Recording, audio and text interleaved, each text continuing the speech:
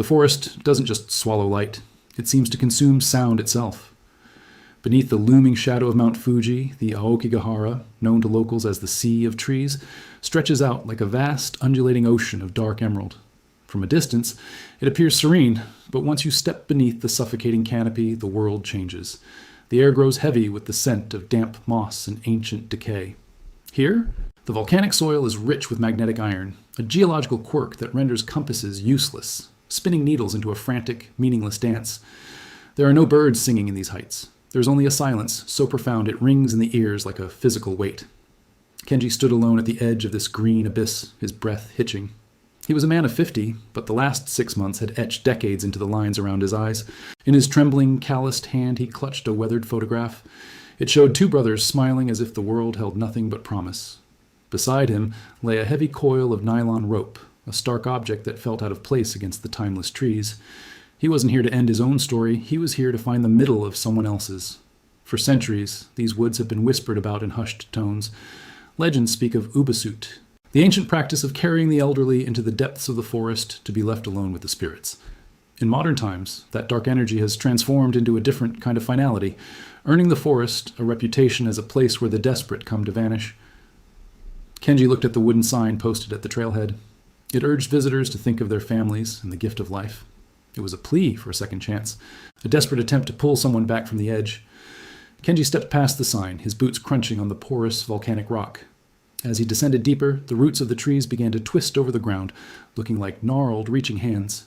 The light grew dim as the canopy closed over him, blocking out the sun and leaving him in a perpetual twilight. He felt the forest watching him, 1,000 unseen eyes tracking his every move through the labyrinth. Before we continue, subscribe to the channel and tell us in the comments where you're watching from. The narrow path he had been following soon vanished, replaced by a chaotic landscape of jagged rocks. Kenji felt the weight of his guilt pressing down. 6 months ago, his younger brother Hiro had been the rising star of a major firm, until a corporate scandal destroyed his reputation. Kenji remembered the last phone call, the one he had ignored because he was too busy with a meeting. He hadn't known it was a goodbye. Now he searched for a sign that Hiro was still out there. Hours into the trek, the silence was broken by the clatter of metal. Kenji pushed through branches and stumbled upon a small clearing. It was an abandoned campsite. A rusted stove sat near a pile of rotted canvas.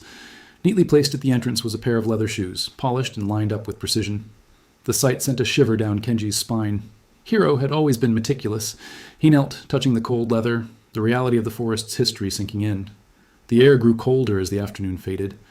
Kenji knew he should turn back, that staying in the sea of trees after dark was a death sentence. He stood up, his heart heavy. But as he turned to retrace his steps, a flicker of color caught his eye high in a nearby hemlock. It was a bright yellow ribbon, stark against the dark wood. He moved closer, his breath catching. It was tied with a very specific, intricate knot, a double-loop hitch that their father had taught them. Hiro had definitely been here, and he wanted to be found. Kenji didn't hesitate. He reached out and touched the yellow fabric of the ribbon, feeling the rough nylon against his fingertips. It was a beacon in this monochrome world of gray stone and dark moss. He followed the trail, his eyes scanning for the next splash of color. The forest acknowledged his intrusion, the trees growing closer until they formed an impenetrable labyrinth of gnarled limbs. This was the forbidden zone, where the silence was no longer heavy. It was predatory. Every step felt like a bridge burning behind him. As he pushed through the undergrowth, his mind drifted back to that Tuesday afternoon. The phone had vibrated on his desk. Hiro. He had seen the name and felt a flicker of annoyance. He was in a high-stakes negotiation. He silenced the call, promising to call back. But an hour became a day, and a day became forever. He realized now that Hiro wasn't looking for money. He was looking for a tether. The disappearance wasn't a sudden act of cowardice, but a slow scream for help that Kenji had simply muted. The light began to bleed out of the sky, turning greens into bruised purples. A bone-chilling cold swept through the trees. He looked back, but the path he had carved was gone. The forest seemed to shift and rearrange itself, swallowing his footprints in dead leaves and volcanic ash. Panic flared in his chest. He was no longer a searcher. He was a guest of the woods, and the woods did not seem inclined to let him leave. Gasping for air, Kenji leaned against an ancient hemlock. His hand slipped into a hollowed-out section of the trunk. His fingers brushed against something smooth. He pulled out a small, waterproof diary. With trembling hands, he clicked on his flashlight. It wasn't a suicide note. The pages were filled with Hiro's frantic handwriting, detailing edible plants and coordinates. It was a record of a man trying to survive. Hiro had been looking for clarity, but as the entries progressed, the tone shifted. Hiro wrote of the Watchers and the ones between the bark. He claimed he was being hunted by something that lived in the shadows. Kenji felt a prickle of dread.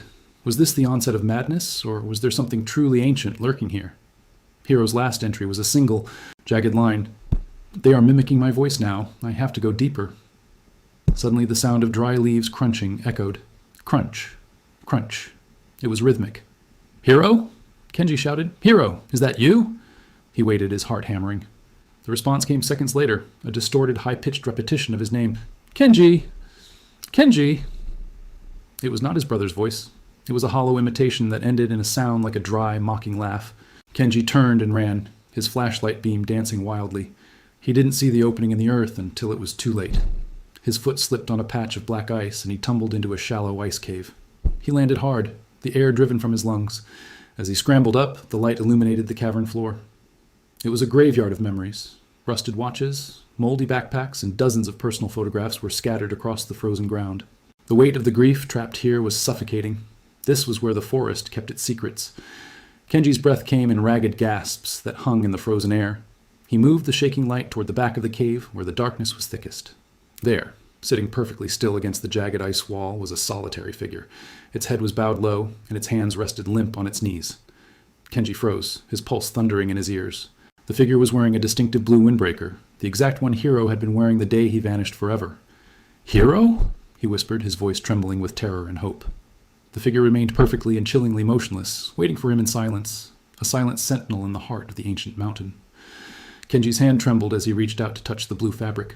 The nylon was freezing to the touch, encrusted with a thin layer of frost. "Hiro?" he whispered, the name catching in his throat like a lump of stone. As his fingers brushed the shoulder, the figure didn't turn with his brother's face. It slumped sideways with a faint, rattling whimper. It wasn't Hiro. The face that finally rolled toward the light was a gaunt woman whose eyes were clouded with hypothermia. This was Hana. She had been missing for days, her life force nearly extinguished by the cave's chill. She stared at Kenji, not with relief, but with an acceptance of the end. For a long moment, Kenji felt a wave of disappointment. The hope that had fueled his descent into the woods flickered and threatened to die. If Hiro wasn't here, he was further in, deeper into the dense center where the canopy was so thick it choked the air. The forest began to whisper to him then, a low hum that felt like his own mind. It urged him to go on, telling him that Hiro was just beyond the next ridge. Guilt pulled him toward the dark. But then, Hana's cold, trembling fingers brushed his wrist, a weak, instinctive plea for life. Kenji looked at her, then back at the darkness. He realized that he could not save the brother he had lost to the past, but he could save the soul trembling at his feet in the present. He pulled Hiro's diary from his pocket, the cover slick with condensation. He needed a sign. He flipped to the last page, past the frantic drawings of shadows. There, in calm, deliberate script, were the final words his brother had written. It said, "Tell Kenji I found the way out. It wasn't behind me, and it wasn't ahead. It was the love we carried before the world got too loud. Don't come for me, brother. Go home." The realization hit Kenji like a blow. The way out, Hiro had discovered, wasn't a path or a final act of despair. It was the clarity of forgiveness. Hiro wanted Kenji to live. "We're leaving," Kenji said, his voice firming with purpose. He hoisted Hana onto his back. The climb out of the cave was a battle. Once on the surface, the woods seemed to rebel. Shadows lengthened and twisted into shapes, blocking him. The wind wailed, but Kenji ignored the shadows and looked for the yellow. There, fluttering in the light, was one of Hiro's ribbons. Then another. They were more than markers now. They were a golden lifeline. He pushed forward, his muscles screaming and his lungs burning, focused on the yellow. The forest shifted and groaned, but the knots Hiro had tied held true, guiding them through the maze. Hours bled into an exhausted blur of movement. Just as Kenji's legs threatened to buckle, the canopy began to thin. The air changed, becoming crisp and sweet. A sliver of light pierced the horizon, a brilliant orange blade cutting through the gloom. They broke through the final line of trees just as the sun began to crown over the white peak of Mount Fuji. The sight was breathtakingly silent, but this was a different kind of silence. It was peaceful and clean. In the distance, the wail of a siren drifted through the morning air. They were part of the world again. Days later, Kenji stood at the trailhead memorial board. He held the photograph of Hiro. With a steady hand, he pinned it to the board among the others. He wasn't leaving Hiro behind, he was letting him rest. He turned to see Hana waiting by a car, recovering and bright. As he walked toward her, a breeze swept through the entrance of the woods. Deep in the dark shadows of the trees, a single yellow ribbon fluttered softly against an ancient trunk, a final haunting whisper quietly carried from the deep, infinite sea of trees.